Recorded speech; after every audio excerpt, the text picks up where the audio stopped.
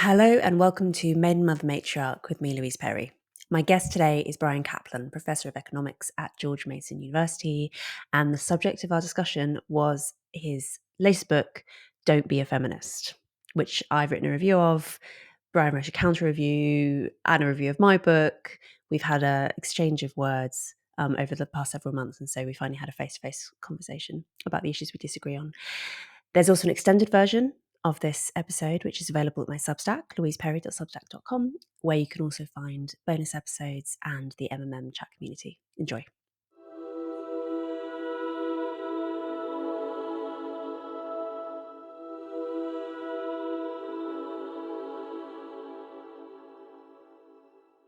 So, Bryan, we have been exchanging essays for the last couple of months about, first of all, about your review of my book, The Case Against Sexual Revolution, and then I did a review of your latest book, which is a collection of essays.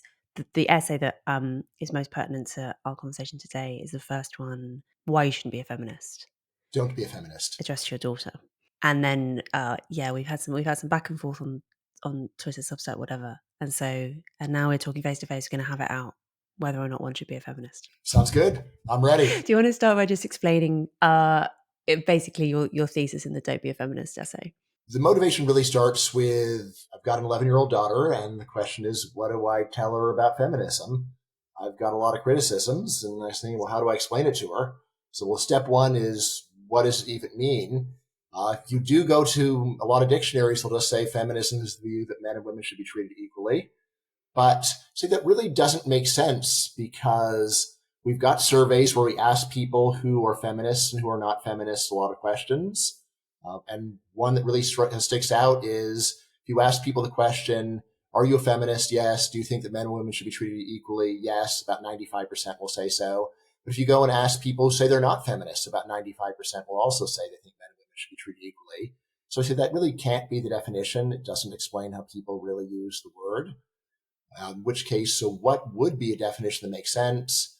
And I say that feminism is the view that our society generally treats men more fairly than women, which again, I mean is a neutral definition. I think it's one that people, regardless of their view, could agree with. But in any case, after laying that out and arguing for it, then I say, all right, so this really is what you call an empirically decidable question. So let's just go through a lot of different issues and see whether it really is true that our society generally treats men more fairly than women. And I basically wind up saying two things. One is that there are just a lot of areas where it sure seems like men look like they are treated less fairly than women. And then there's the deeper question of, well, maybe it seems unfair, but it's not really unfair because men are doing something bad to deserve the worst treatment. And most obviously, you'll have way more men in prison. That seems very unfair. And you say, yeah, but maybe men commit a lot more violent crime than women. Oh, yeah. But then once you're willing to go and accept that as a justification for inequalities, saying that they're actually based upon differences in behavior, you've got to see that as a two-way street. My actual background is as an economist. So one of the main things that economists have been talking about for decades is the pay gap. And again, the question is, well, can we really explain the pay gap in terms of differences in actual productivity, performance, the pleasantness of jobs, and things like that? And usual view among almost all economists, at least we can explain a large majority of the pay gap, not through unfairness, but through different choices that men and women make in terms of their occupations and how they pursue their careers. So anyway, by the end of all this, what I say is not that men definitely are treated less fairly than women, but at least that it's complicated, which means that there's really nothing to be self-righteous about. And to be a dedicated feminist thinking about the great injustice of the world is just really just a mistake. And then I guess I end with like the question of, why do you even care what I think about this, Dad? And this is where I say that two things. So yeah, I'm concerned about, first of all, antipathy. So I do think that if you really feel like our society treats men more fair than women, this does tend to foster an antipathy towards men, which I say is not a constructive emotion in general, but especially if it's just not justified, then it's especially bad. And the same thing goes with self-pity. So I say that feminism also, I think, spreads self-pity, promotes self-pity. Even if someone was totally justified in their self-pity, I would discourage it. If you saw someone who was stuck in a wheelchair, you probably wouldn't say, do you know what you ought to do all day? Feel self-pity.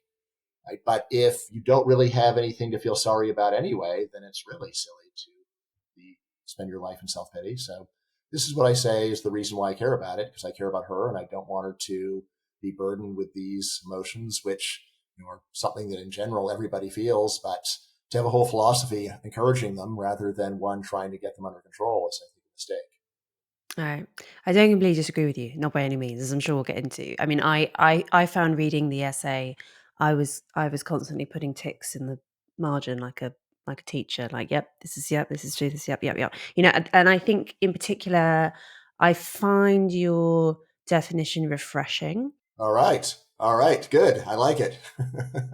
Although, as I write in my review, I think I would offer a slight adjustment to the definition. So I agree that I think the idea that feminism is just the idea that men and women should be equal is um, not very useful because almost everyone will sign up for it. Yeah. Like you said, like, yeah, like except for the most reactionary sheik from Saudi Arabia is going to agree with it.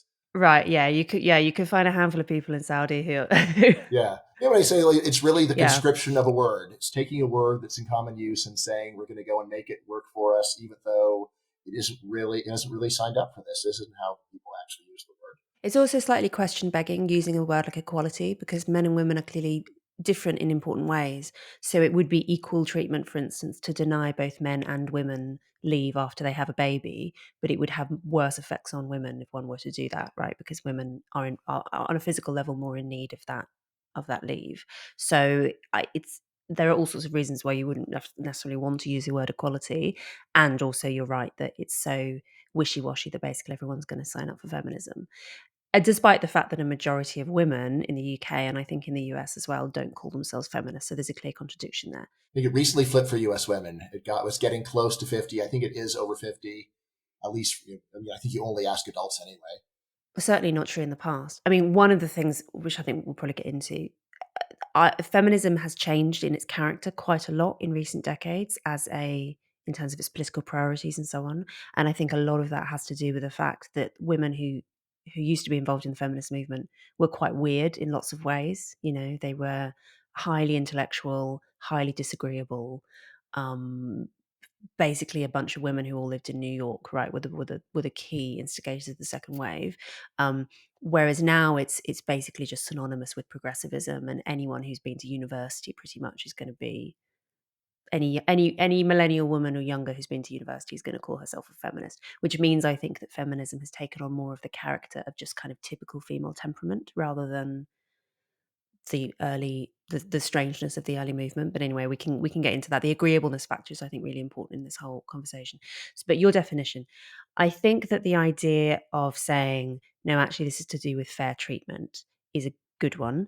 It therefore invites us, of course, to treat it as an empirical question, like, okay, so who is treated more fairly, which is, of course, what you do. So you go through all the different sort of domains in which we might stack up men and women's um, differing experiences. I mean, that whole kind of society treats is obviously difficult because what exactly is society who is making these decisions and whatever. But yeah, I accept the reasoning.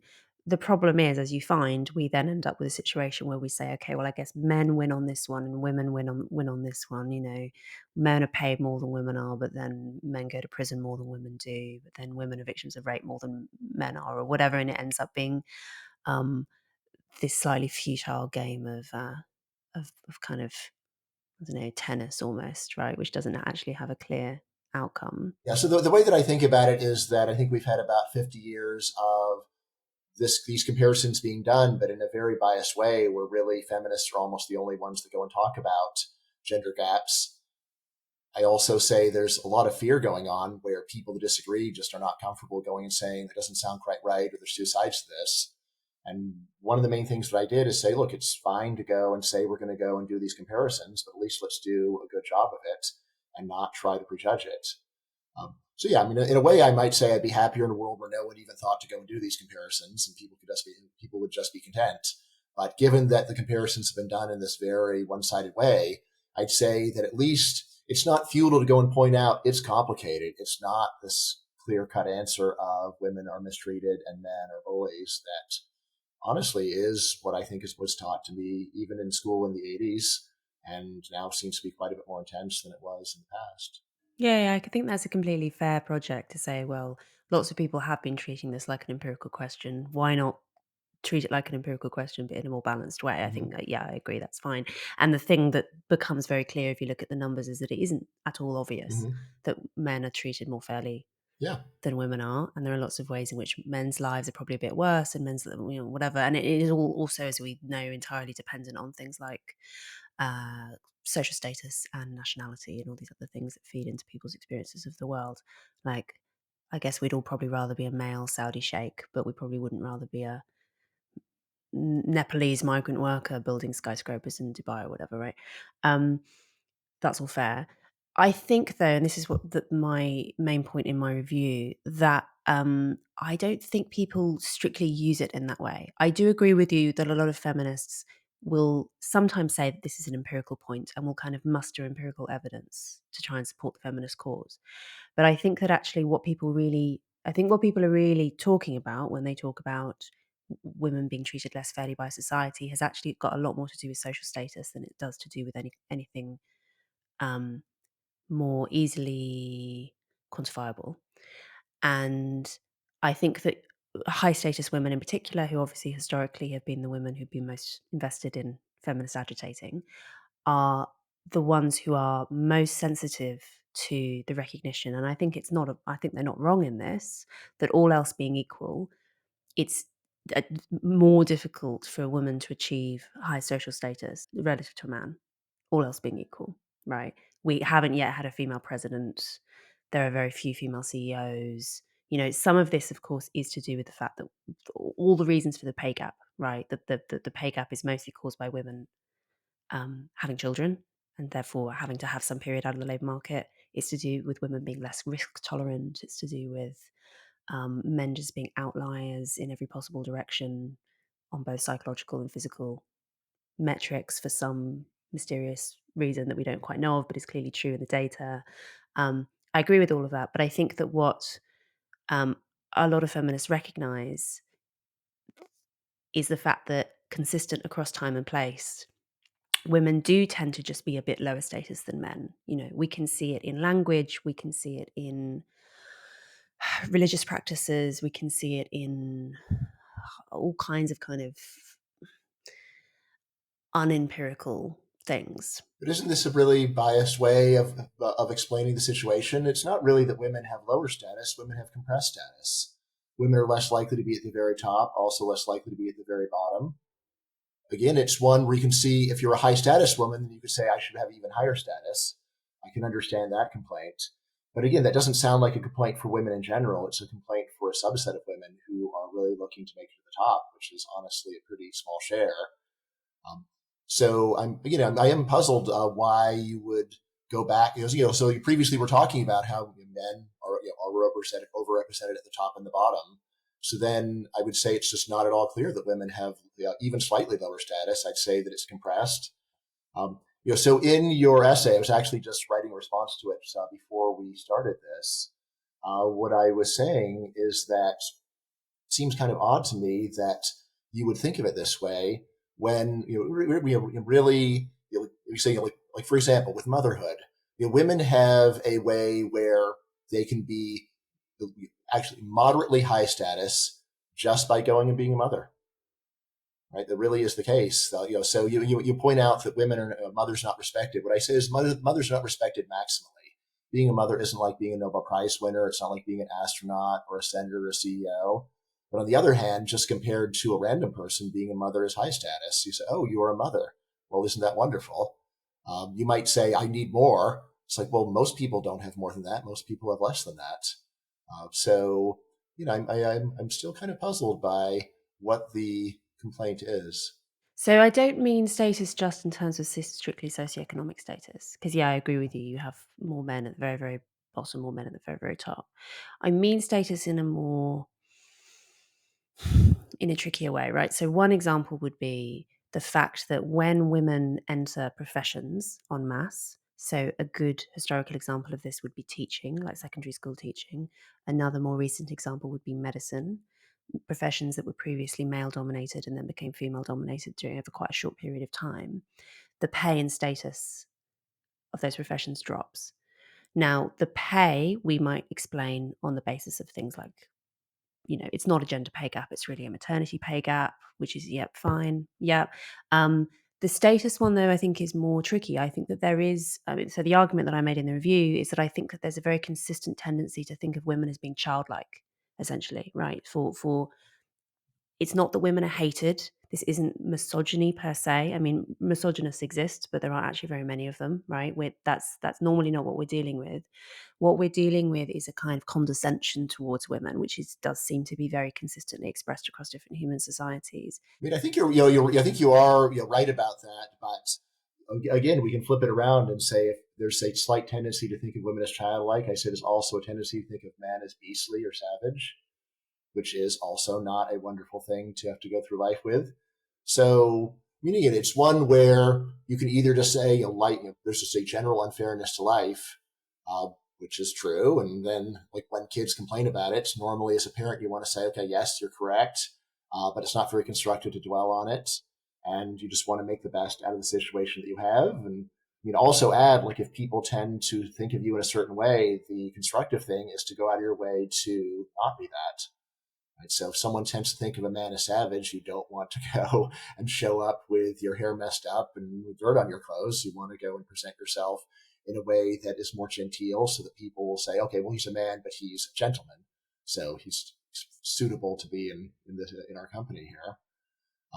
So yeah, I mean, it's just one where it really is the case that if you are trying to avoid confirmation bias, if you're not only looking for ways in which women have it worse, but say, well, is there some corresponding thing for men, then I think you will generally see it. There is the question, well, like, how can we balance them exactly? And yeah, I don't know any way to do that, but just to be aware of these, these things really are much more comparable than people tend to think. Well, I mean, I'd say that a lot of the sort of the best feminist activists, I think you'd acknowledge that some feminist goals historically have been good. Female suffrage, for instance. I don't think that you argue against that in the essay. Um, the women who agitated for female suffrage were resisting that childlike characterization and were pushing for that childlike characterization in law to be overturned because women were not permitted to vote, kind of on the basis of the same reasoning that we don't permit children to vote. It's not because we hate children, right? It's not that we think that children's interests are irrelevant. It's just that we think that they don't actually have the capacities to be entrusted with the vote. And that's exactly what early feminists were pushing back against. I recall you had a similar take on conscription, right? And saying, well, we don't conscript women because of this childlike thing. Again, you might flip it around and say, well, we do conscript men because we think of them as beasts, they're savages, their lives don't count for very much. Maybe they even like being in a violent situation. Honestly, if that's the situation, put me under the child camp. I don't want to fight. I completely acknowledge that it goes both ways. There are advantages to being considered childlike in some Right. situations. You get Yes. to get on a lifeboat on the Titanic. Mm-hmm. The downside is being given less personal and legal autonomy. And again, really, if like you could either be viewed as a savage or a child, which would you prefer? It depends on the context. Here's a story for you. So I was homeschooling my older sons. They're 13 years old, and I take them down to the high school to take a standardized test. So I'm there to pick them up. I'm just sitting in the lunchroom, and then one of the teachers comes up to me and says, "Sir, I received a report that there was a man sitting here." And I just couldn't help but crack up and just said, well, guilty as charged. But the reason why that anyone had called me over was clearly because I was a man. If there was some adult woman sitting there, I would say, oh, so somebody's mom for some purpose or other, totally beyond reproach. But just by being a man, I was considered threatening. Now, I could have taken great umbrage and raised a stink about it, but I said, all right, well, I can kind of see why it's a little odd to have a man sitting here. And I just tried to respond in a polite manner, and I talked my way out of the situation. I could have been really upset about it. But, this is the kind of burden that men go under in life, where there's just a kind of suspicion. It's like, who are you? Why are you here? What is it that you might do evil? And it's like, I'm not doing anything. But it's something to be aware. Just putting yourself in the other person's shoes. One of the things that really struck me when reading your book is when you're talking about the feeling that women have of disgust when there's a guy hitting on them that they don't like. And I was like, yeah, okay, I've never had that experience. I mean, I was aware that women did have this experience, but the way you described it was very vivid and really stuck with me. Although it's also one when I was reading it, I was saying, have you ever thought about the experience of being an unattractive guy who's lonely? And it's like, well, I can't just not talk to women or I'll stay lonely forever. On the other hand, there is this problem where if I talk to them, they may feel like I am a disgusting person who has no business even thinking that I have a right to do so. So it's just one where I think there's a lot of value to be gained in being able to put yourself in the shoes of someone that you're not. At the same time, it doesn't mean that you forget who you are, but just to go and balance those things out and realize that both are true simultaneously really does help in understanding what it is like to be a human being. Yeah, I take that point. I think that there's this interesting balance, right, between the women are wonderful bias, which I'm sure you know is cognitive bias, where people will tend to give preference to women in certain situations. So you asked, do you want to save the life of a drowning stranger? People will be more likely to save the life of the woman than the man, and so on. I think it comes back to this childlike thing in the same way that we would save the life of a child over the life of an adult. I think it's that same kind of simultaneous condescension and privilege that women experience as a consequence of being child adjacent in terms of status. It is a very striking thought experiment because often we like when I've talked to my wife about this, is well, it's just because women can have kids. And I say, okay, so how about if it's an 80-year-old woman, childless, and there's an 18-year-old guy? People still want to save the 80-year-old woman over the 18-year-old guy, and he's got his whole life ahead of him. She's only has a few years left. She doesn't, even if she doesn't have any kids or anything else, there's still a sense of she's a higher form of life, more entitled to be saved. I actually even had a guy said, I just believe that women are more valuable people. And I was just pressing him like, all of them? Like, why? Yeah, I guess it probably comes down to the vulnerability, the feeling that you should be. I mean, women are clearly physically vulnerable relative to men. So maybe people conclude from that that women should be given. I don't. It's interesting. Think there's a pretty good evolutionary story here, which is that in the ancestral environment, I mean, first of all, of course, there is just directly saving women is going to go and help your genes, but just because they are involved in childcare. But more specifically, if you were a guy who doesn't seem like he wants to save women, women aren't going to like you. If you're a guy who says, me man, me very important, me I don't care what happened to women. If you're the caveman saying that, I think the cave women are going to say, "Buzz off, jerk." We don't want. So there's so strong desire for people, especially men, to it's sometimes called white knighting, just to go and say, like, I just really care about with the well-being of women. I can't stand to see female suffering. And then basic evolution says that if it is advantageous to be perceived as something, we tend to actually become the very thing that we want to be perceived as because that's a good way of being perceived that way is to sincerely be that. Yes, I mean, you could also tell an evolutionary story where women just have the big expensive gametes, right? So that women are just more valuable than men are to the community in terms of reproduction. There's probably some truth to that as well. And it is, I also take the point that some anti-feminists have made many times that men are often seen as more expendable, for instance, in war, sent down the salt mines, whatever kind of horrible ends many men have met historically, and we know from the genetic data that a lot of men didn't reproduce Sure. um, because they died or were restricted from mating or whatever. So Yeah, or just women didn't like them. That's a big reason not to reproduce. Women didn't like you. yeah, yeah. Oh, and that's Jordan Peterson's point too. Incels, right, is to say, well, if you can't persuade women to mate with you, then that's kind of your problem, right? It's one of the reasons why he's actually not really considered to be a sort of hero of the incels. But yes, but I also acknowledge the fact that that's very painful and that we probably do have a tendency because of the women are wonderful bias to prize female suffering over male suffering. I'd say, though, at the same time, that there's also a tendency among women to be so agreeable as to fail to assert their own interests. And this is the thing that I was trying to identify in my book, is the fact that you have this enormous number of young women in particular who, have very to put it in crude economic terms, very high sexual market value, who could be very assertive in the sexual marketplace and aren't being actually, and are putting up with sex that makes them feel distressed, are allowing themselves to be abused, manipulated, etc., under the guise of, say, BDSM, or by these playboys who don't care about them. That women are being sold this, well, sold is maybe the wrong verb, but women have accepted this narrative of the sexual revolution, that it was all to the service of women's liberation, when in fact what seems to be happening is that women are having really miserable sexual experiences and just kind of accepting it for some reason. So I think those two things are in play simultaneously. There's that agreeableness factor, which I think does push women to sometimes be quite self-abnegating, but at the same time there's the women are wonderful thesis. So this is sort of part of your book where, on the one hand, I'm saying all the things you're saying are true, but at the same time, there's a bunch of other things that offset those, so that the big picture is really different. So we're both really interested in human personality and personality differences. So you're right. One of the big differences in personality between men and women is agreeableness, but the other one is neuroticism. Women, on almost every measure, are more neurotic than men. So, the general conclusion of women not asserting themselves, I have to say, out of all the things you say in your book, that's the one that is completely absent from my experience. I see women asserting themselves consistently.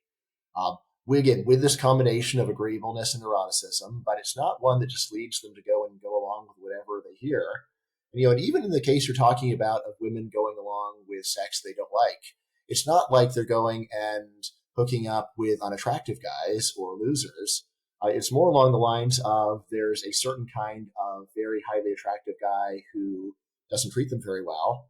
And this fits in with general evolutionary thinking. It's not that women are just saying, okay, well, I couldn't possibly turn anyone down for a date. It's more of women put a high value on your very high status guys who then don't treat them very well. But again, this is one where my review of your book was called "Marry the Market," where I was saying, instead of just saying, don't be so agreeable and just going along with everything, which I think is not true. I don't see women going along with much of anything, actually. I see women having very firm views about what they like and don't like, which is totally fine. Who doesn't? But rather what I see is, like you said, you've got women of very high market value who just go and spend it unwisely. So if you say, yes, well, why is it you go and you've got your pick of a lot of different guys, why do you go with a guy who's really handsome and tall and funny, but who clearly doesn't really like you that much, who's just not that into you? Why not go and take that market value to go and get somebody that's a better long-term person? So this is where I say that the problem is not the marketplace at all. The problem is that if the consumer goes for short-run gratification, then that's what the market gives them. If go for long-run gratification, the market will give you that. But like I said, I think the thing that you said that resonated with me not at all was the idea of women just going along with things. I just really rack my brain for any time I've actually seen that. I just see women as being very opinionated, and certainly in dating. The idea that a woman will just go out with anybody, I don't know any women like that at all. I've never even met a person who told me of such a person.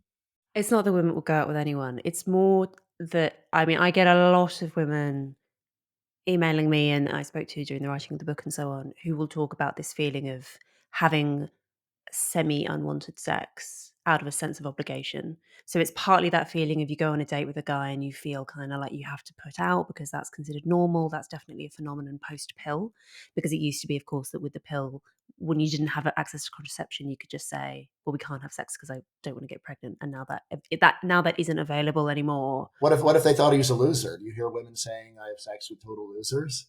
Well, they wouldn't go on a date with him. So, yeah, so this is more to do with women, I think, having kind of unwanted, I'm not calling it rape, right? But kind of unwanted sexual experiences Mm-hmm. with men that actually, in other circumstances, they might want to marry. Mm-hmm.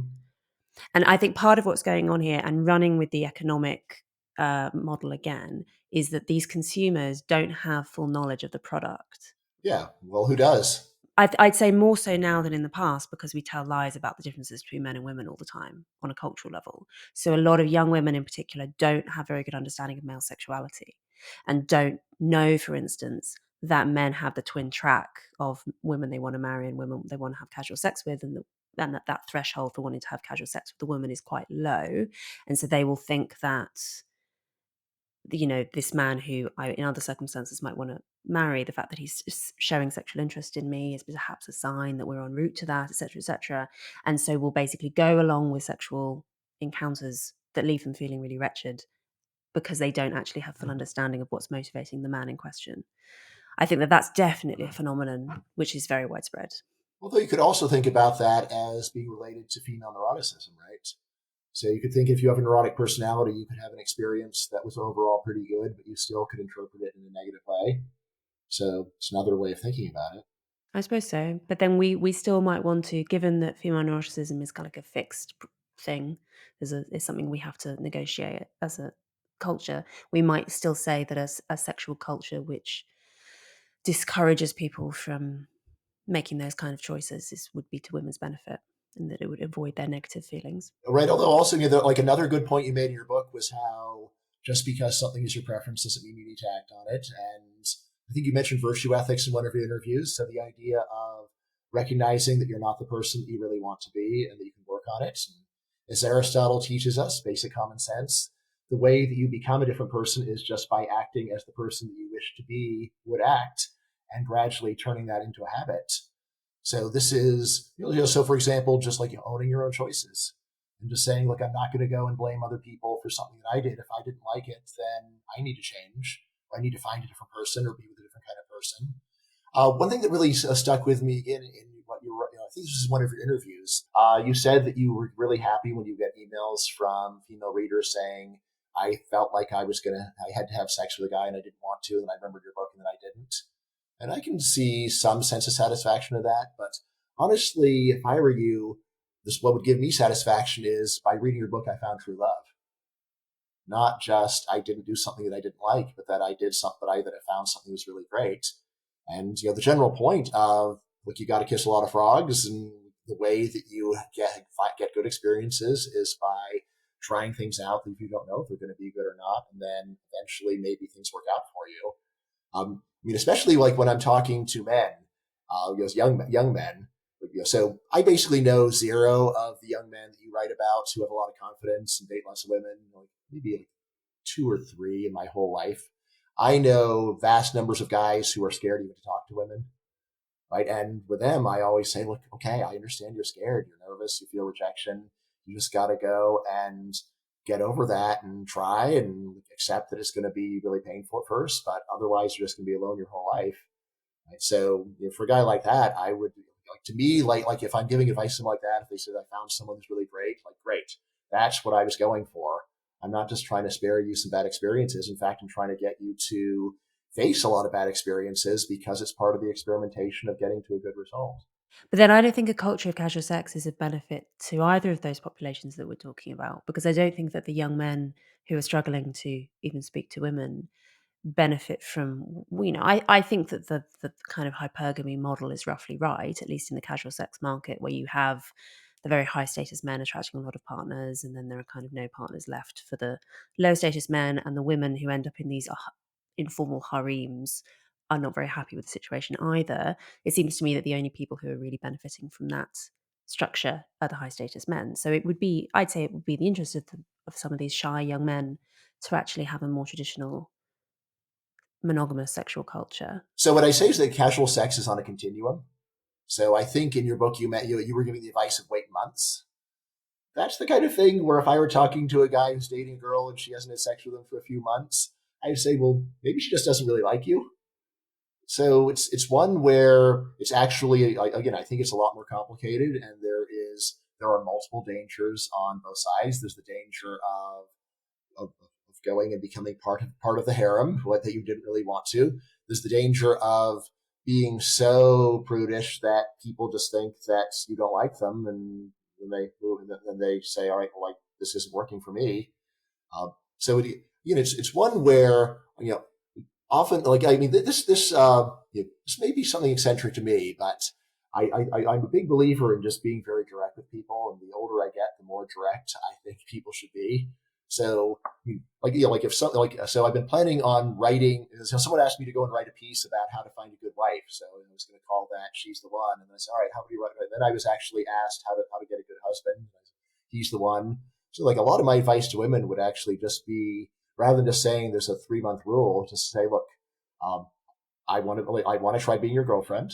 We're all like we're going to date each other exclusively, and we'll just see what happens. Right, and the number of guys that I think would actually accept that deal is shockingly high, especially if you go and target a guy that is otherwise really good but seems to be shy and awkward and just too scared to go and talk. Which is, again, I think most men actually. So if you're just going to profile, I'm looking for a guy who's smart, who's accomplished, who's well spoken. He's good looking, comes from a good family, like we share common interests. Make up this list, but he's never asked me anything. He's never approached me. I would say, all right, well, why don't you just go to that guy and just say, hey, I like you. I think you've got a lot of potential. What do you think about me being your girlfriend? Like, the number of guys that I think would just be so astounded by that, but you might think that they would be turned off by this and it's too aggressive. Maybe it would be. I would still say try it and tell me what happens. I'm really curious. I think it would work. I think you're probably right that women could probably get away with being more direct with men than they currently are generally. But that women might be more alarmed by men being even more direct. I mean, that's another sex difference, right? Partly linked to agreeableness. It just, yeah. I mean, I've often thought that the way that what we call mansplaining is actually just how men speak. It's how men speak to one another as well. It's just called being like assertive in conversation, basically. But because women don't tend to speak to one another like that, when the sexes collide in the workplace, then that's how it manifests. Yeah, I mean, I've often told women, if you think that men speak cruelly and rudely, just think about how they speak when there's no women around. Men are on better behavior when there are women around. So if they are changing the behavior in the direction you desire. It's just that they haven't changed as much as you would like.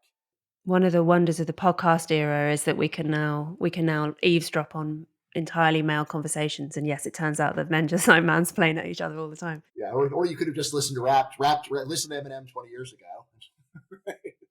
On this point about the 3 month waiting rule, I mean, the reason that might interpret, I agree that there's a risk that a partner, if you've not sort of been direct and just explaining your reasoning to someone, a reason why a partner might think, oh well, I guess she's just doesn't like me very much. I might as well give up, is because it's within the context of a casual sex culture where having sex early on is considered normal. Waiting a few months in the 1950s sexual culture would not be considered abnormal at all, because it was still fairly common for women in particular not to have sex until marriage. I mean, do we really have data on that? Actually, do we really know what was going on?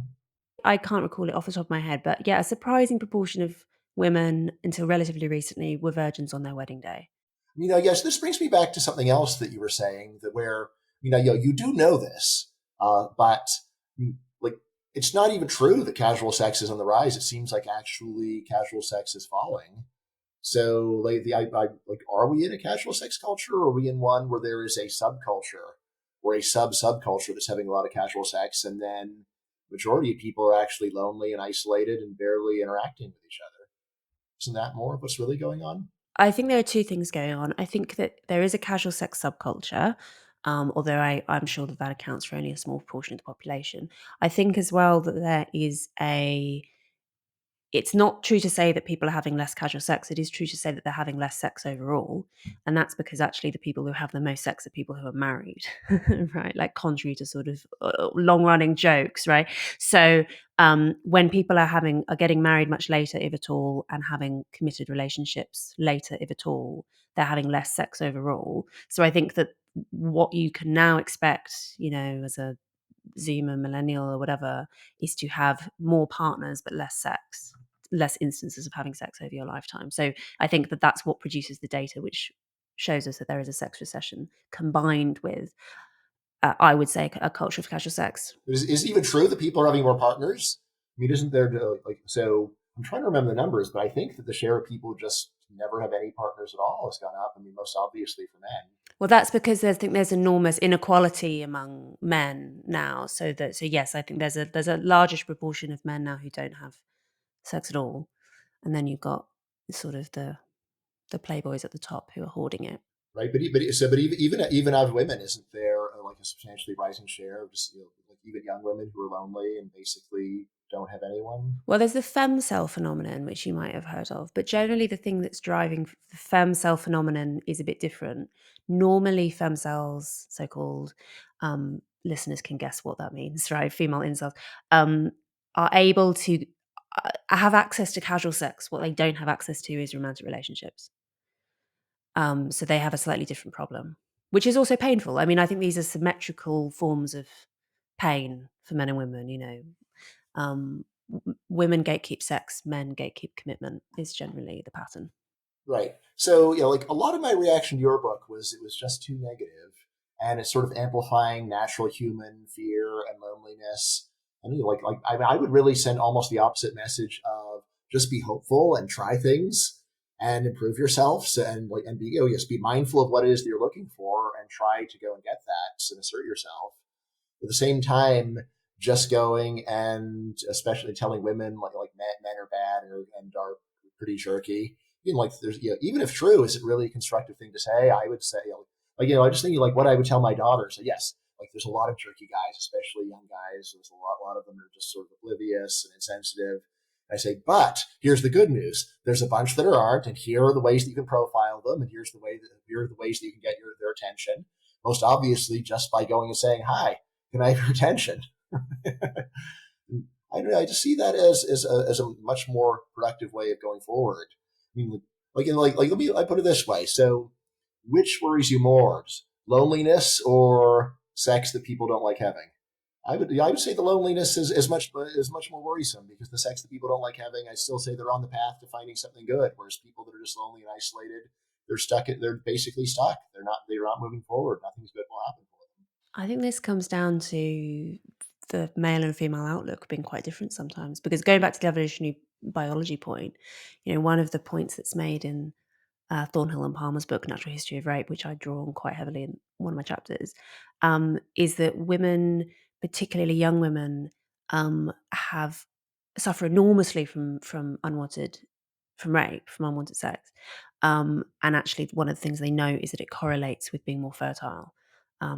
Women suffer more psychologically when they've been raped at a point in their lives where that's more likely to result in unwanted pregnancy, and so they reason that this suggests that it's an adaptive response, right? Um, and that's the sort of response that can be hard to directly empathize with from the male perspective. And I completely agree that women have the opposite thing, that women struggle to even acknowledge the existence of men who suffer as a result of constant rejection. So I think we have to some extent an issue of mutual miscomprehension. And part of what's going on, I think, with our sort of miscomprehension on a personal level, is that I have quite a typical female temperament and you have quite a typical male temperament. And so to some extent, we're coming at this just with slightly different eyes. The only way in which I don't have typical female temperament is that I'm unusually contrarian for a woman. But apart from that, yeah, I agree with you about the neuroticism point, for instance. Yeah, definitely. I mean, but also there are also costs to being a sunny optimist all the time. Obviously there are, although I would just say that optimism is generally self-justifying, especially if you think of it as an attitude rather than a prediction. So, in a sense, I'm not an optimist. There's a lot of things where I say, yeah, they're bad, they're not going to change, things are kind of hopeless.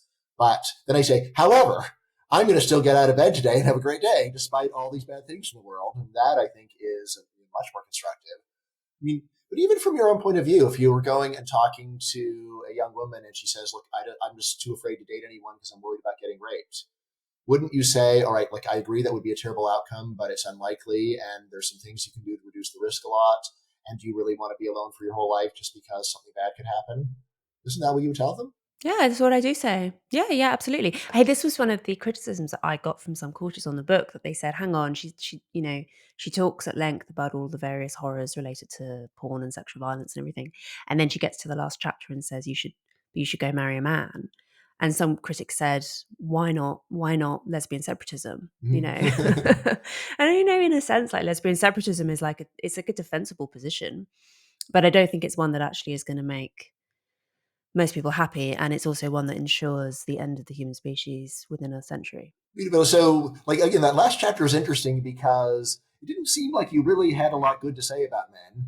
And it seems like there's a lot good that you could say if you really wanted to. I mean, in terms of the pep talk, if you were talking to a young woman who's all alone, who says, "Look, like you convinced me, men are such jerks. All they think about is sex. They don't really care about me. They're polygamous." Blah, blah, blah. And then you say, okay, well, here's some good things about men. What would you say? Men are brave, braver than women, physically braver than women. Men are more risk tolerant, and that there are really good outcomes with that. Men are productive.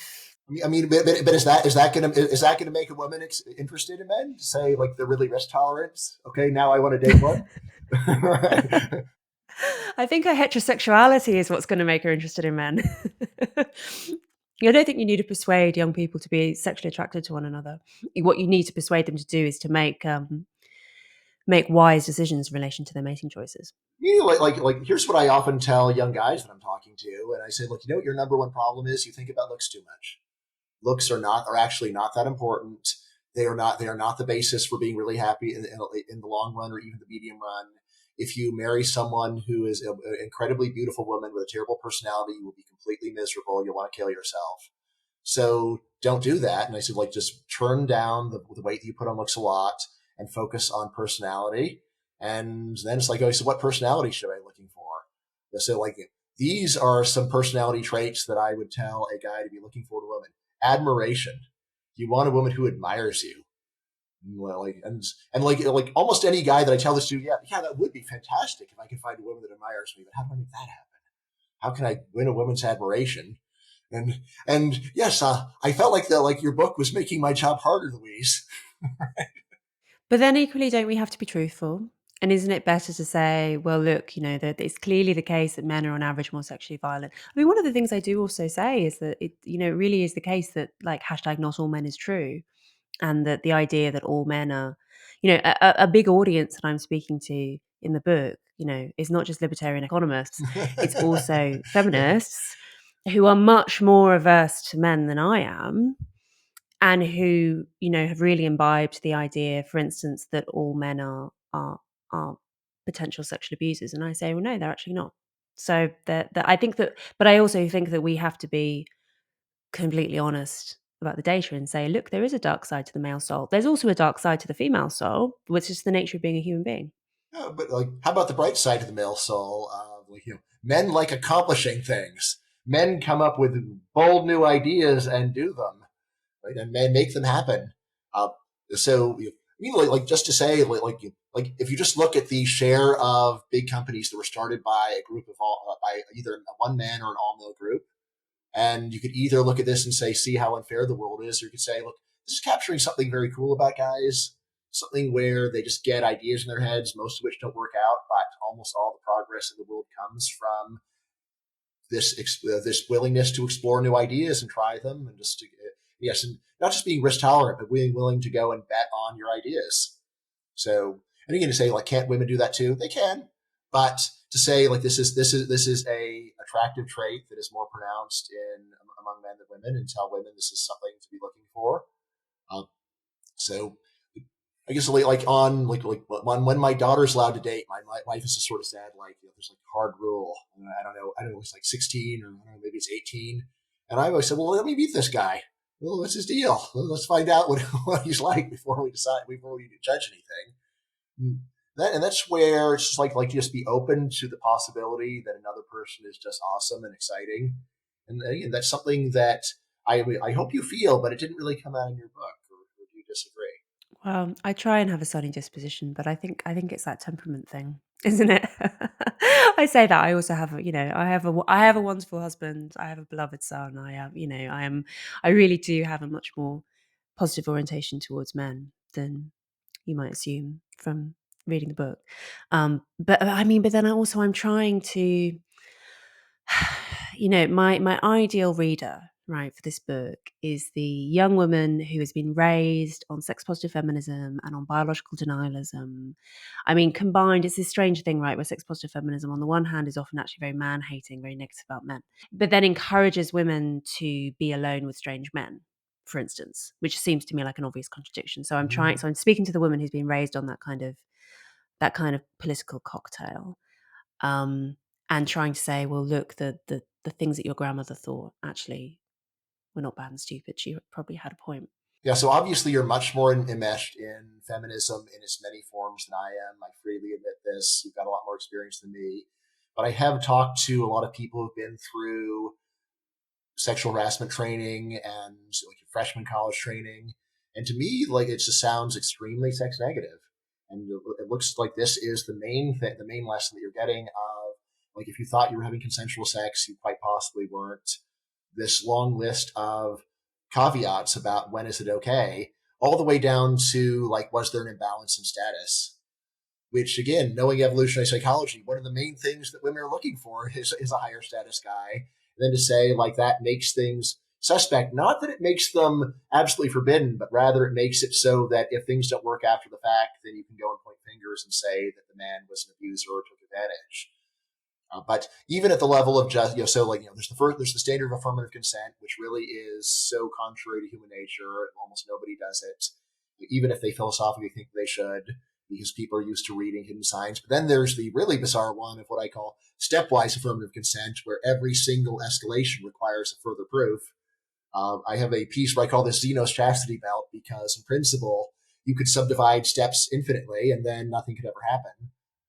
And then right, and then finally there's this Yeah. difference in status. You put all this together, and it's like if all of these things at least make consent suspect, then it seems like a really very sex negative view, rather than one of saying, well, like, meaning I think it just seems like you're aware that in a sense the sex positivity is very mixed. It's not true sex positivity where they're actually like, yes, this is great.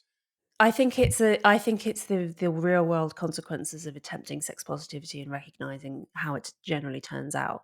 So you end up with this slightly perverse combination. I completely agree of saying an age gap of 5 years is problematic or whatever, right? But also that um you should like meet a man off the internet who says he's interested in strangling and like go home with him and hope for the best, which does seem like very odd.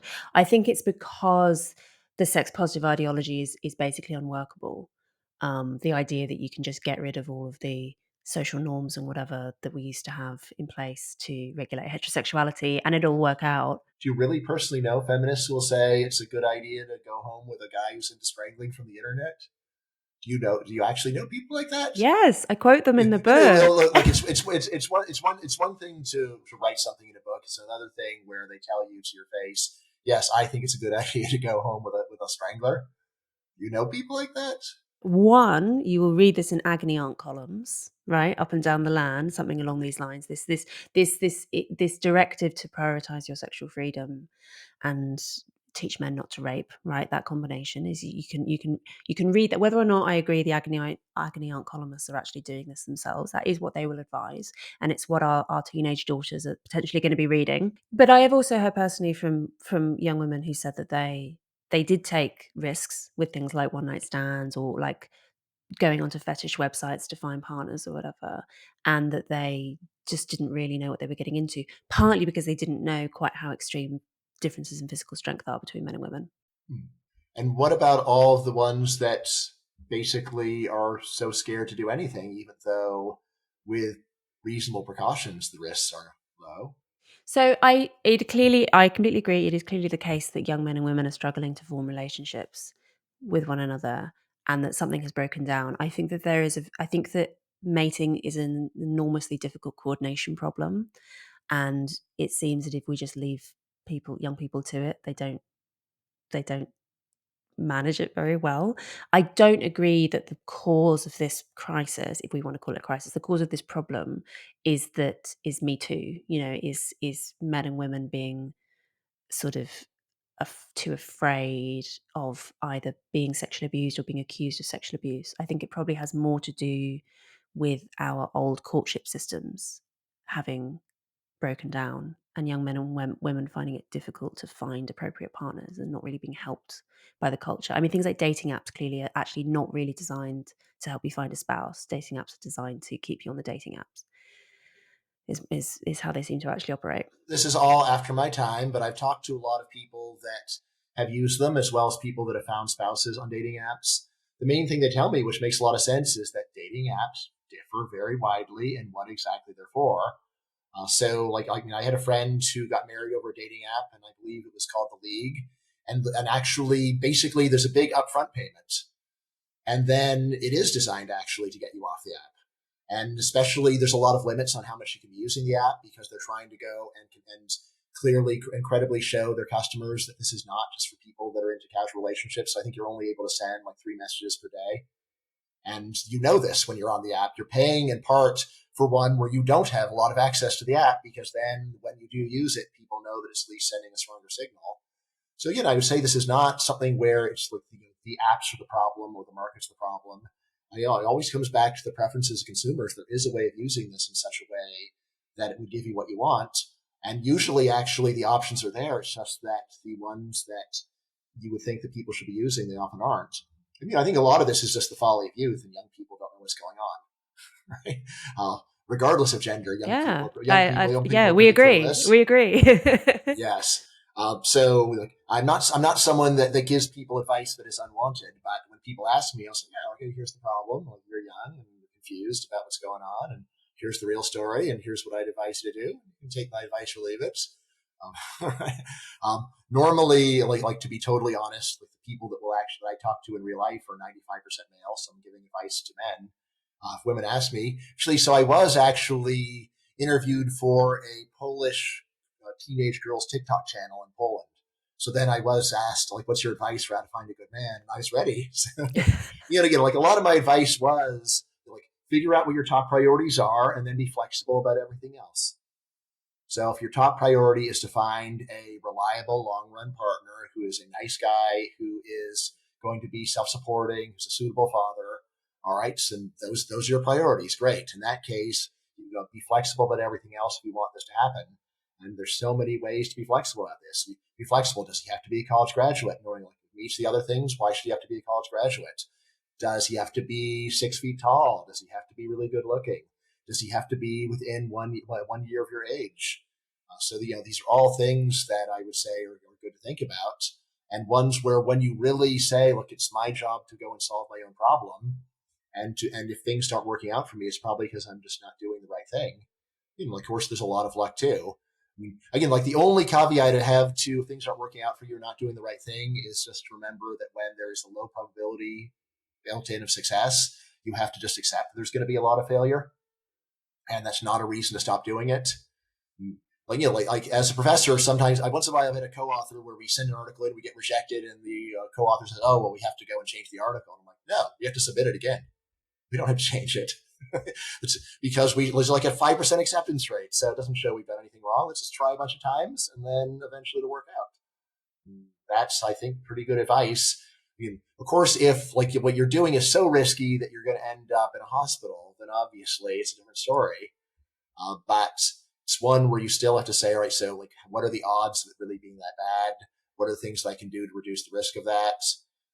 Obviously, these old-fashioned things like dating within social circles that are personally known to you, that's going to be safer because minimum, person, you know who the person is.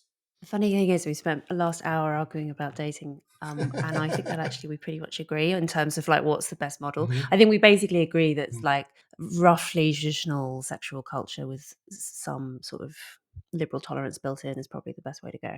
I guess the main difference I would just say is that we need a lot more positivity, a lot more positivity, a lot more focusing on what could go right rather than what could go wrong. I think it seems to me that you talk to people who have real problems. And on the one hand, it's great to help people like that. On the other hand, to realize it's a small part of the population and that the problem of going onto fetish websites and ending up in a hospital, that's a really rare problem. The problem of just being alone for years, that's a much more common problem. So yeah, I say like that, that second problem is one that is more important to solve. And, of course, in both cases, I'd say that it's a similar answer, which is figure out what you want, figure out your priorities, and then focus on those and be direct with people. Realizing, of course, that your evolutionary wiring may be leading you in the wrong direction. Like I said, I think like all young people just tend to put too much focus on looks. Right, so there's that.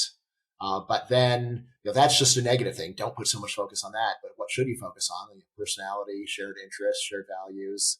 These are things that are really conducive to a relationship. Of course, one of those shared values is, do you want to have kids? And if so, how many kids do you want to have? That's something that I would say is is really a top priority. Like to date someone for a couple of years, say, "Oh, you don't want kids." Oh, whoops. It's like, yeah, that probably should have been discussed by like the third date, maybe the first date actually. If you don't sound too crazy when you say it. I don't know if you've seen, Bryan, but we're organising a matchmaking event for Ah, listeners to the podcast, and really? yeah, because of this thing of wanting to get people meeting offline, and I get so many people emailing me saying, "How do I find a partner not using dating apps?" And so we thought, why not just get them in a room together? So we're doing this in a couple of weeks from the day that we're recording now. And one of the questions that we've asked some kind of filtering questions just to make sure we don't admit any lunatics, and also to try and get a good balance of sex ratio, and all the stuff. And one of the questions we ask is, do you want to have children? How many? How soon? Because that, I agree with you, seems like one of the things you should be asking on a first date, pretty Yeah, much. perhaps a little too crazy, but it's third date anyway. Third date. Something you should know from Yes. the get go. Yeah, Yeah. it depends upon your age. If you're in your Yeah. 30s, then I think that probably should be asking on the first dates. With a sense of humor. Humor can diffuse a lot of what would otherwise appear to be insanity. So, In the extended bit, which I'm going to go to in a moment, I want to talk about your book, Selfish Reasons for Having Kids, because I am, as you know, working on a book called The Case for Having Kids. So again, we are aligned. But before we get to that, I want to. So one of the questions that I kept thinking of when I was reading "Don't Be a Feminist" is you basically accept feminist activism up until, I don't know, maybe the second wave. I think you talk about Saudi Arabia in particular being bad for women. You are pro female suffrage and all this kind of stuff. What is it that basically makes you think that feminism was fine up until a certain historical point and then overreached? Like, where's that balancing point where you think that it became something that you would advise your daughter against? I believe I never actually talked about women's suffrage. I know there's some people that know my work well who will be getting on my case over this. What I'd say is that it's an empirical issue, not that much work has been done on it. My view is actually that whatever voting rule gets you the best policies is the best voting rule, and I don't know what that is. Um, so, I mean, like in terms of when I think that feminism turned bad, I think like, I don't know that much about the like what like the like your 19th century feminists were saying. I'm much more familiar with modern feminism. As to whether they were actually negative about men or not, I'm not clear on that. So as to when, again, like basically, I would really say it's more like this: as long as all you're saying is women try to live up to your potential, enjoy life to the fullest, then I don't care what then I don't care what wave you're in. But if, on the other hand, you're going and saying we're being treated terribly compared to men, even in the period of women's suffrage, guess what? This is also the period of conscription. I would say that it was totally morally blind to be more worried about suffrage than conscription, which again I think consider conscription a crime against humanity, whereas women's suffrage is like, all right, well, maybe it's not fair, but is it really mess up your life that much that you don't get to vote? Like I said, I would much prefer to never vote and be assured of never being conscripted. I mean, so one example which does actually touch on the military connection there of a 19th century feminist who I think is great, and I write about briefly in the book, is an English woman called Josephine Butler, who was also Christian, and she campaigned against the British Army having military brothels, specifically in India, often contained underage girls or girls who would be underage in the English jurisdiction, but not so in India and so on. To my mind, that's just I to me that is sort of the purest essence of feminism, in the sense that it is having um, forming allegiances between women across class, race, nationality, etc., in opposition to male sexual aggression, right? And that is a common theme. To be fair, we've spoken a lot about things like the pay gap, that obviously, which is a very prominent feature of second wave feminism and beyond. But things like the founding of rape crisis centres, the founding of domestic violence centres, these are all things that also were done by second wave feminists, which I don't think actually, again, if you put the question to the public, do you believe that men and women should be equal? Everyone says yes. Do you believe that, domestic violence shelters should exist? I think everyone would say yes. And for me, I would continue to call myself a feminist, in part because I think that history is is a good one, is an unimpeachable one, even if I agree with you that there are lots of other facets of feminism which are less welcome. Interesting point. So I don't think I'm trying to remember whether I actually included this, but in the process of working on this, I started off assuming that it would definitely be the case that men commit a lot more partner violence. And when I turned to the empirical literature, I found out that actually there's at minimum there's a lot of debate about this. And even on the question of intensity, we think well, you might say, well, men are more physically stronger than women, so even if women are just as likely to go and slap men as men are to slap women, it hurts more when men slap women than the other way around. There's also a lot of evidence that women are more likely to use weapons or to just get a man to go and do their violence for them.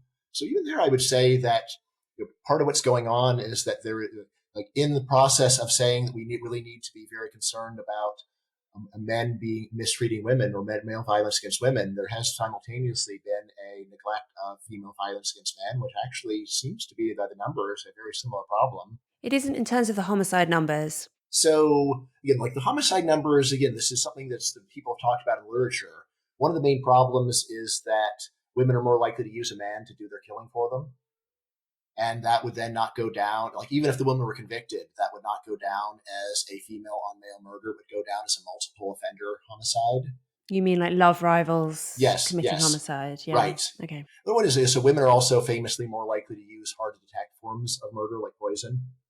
So again, of course, you may say, how many women are poisoning their husbands forever? Yeah, it's not many, but it's part, murdering your spouse is not that common in general.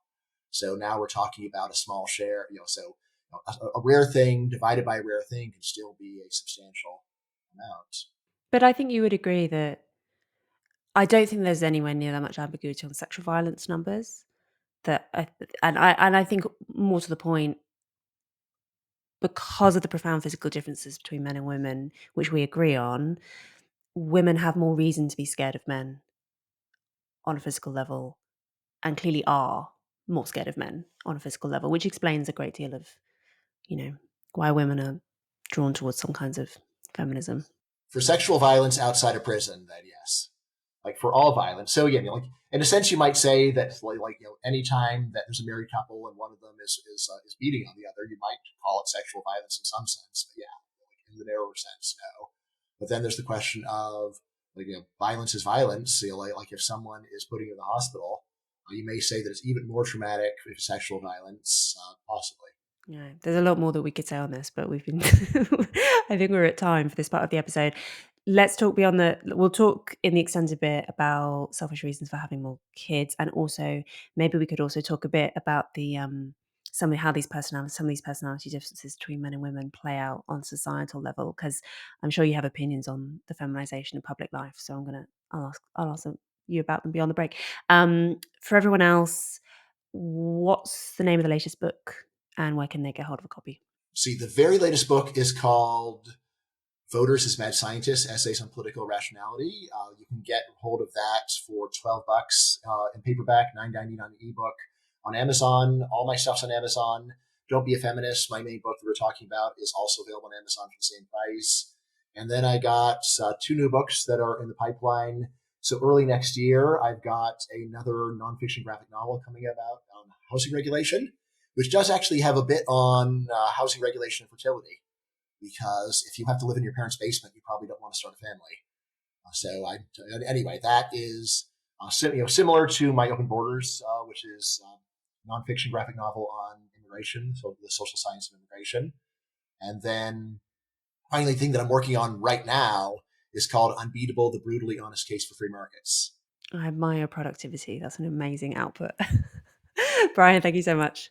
Thank you very much. Thank you so much for watching that episode of Maiden, Mother, Matriarch, and for all of your support. It means an enormous amount for the growth of the show. If you want to hear bonus content, an extra 20, 30 minutes of conversation with the guest, maybe a little bit more personal, a little bit less filtered, then you can go to my Substack at louiseperry.substack.com, where you can sign up for extended episodes and also bonus episodes. And you can also access our chat community.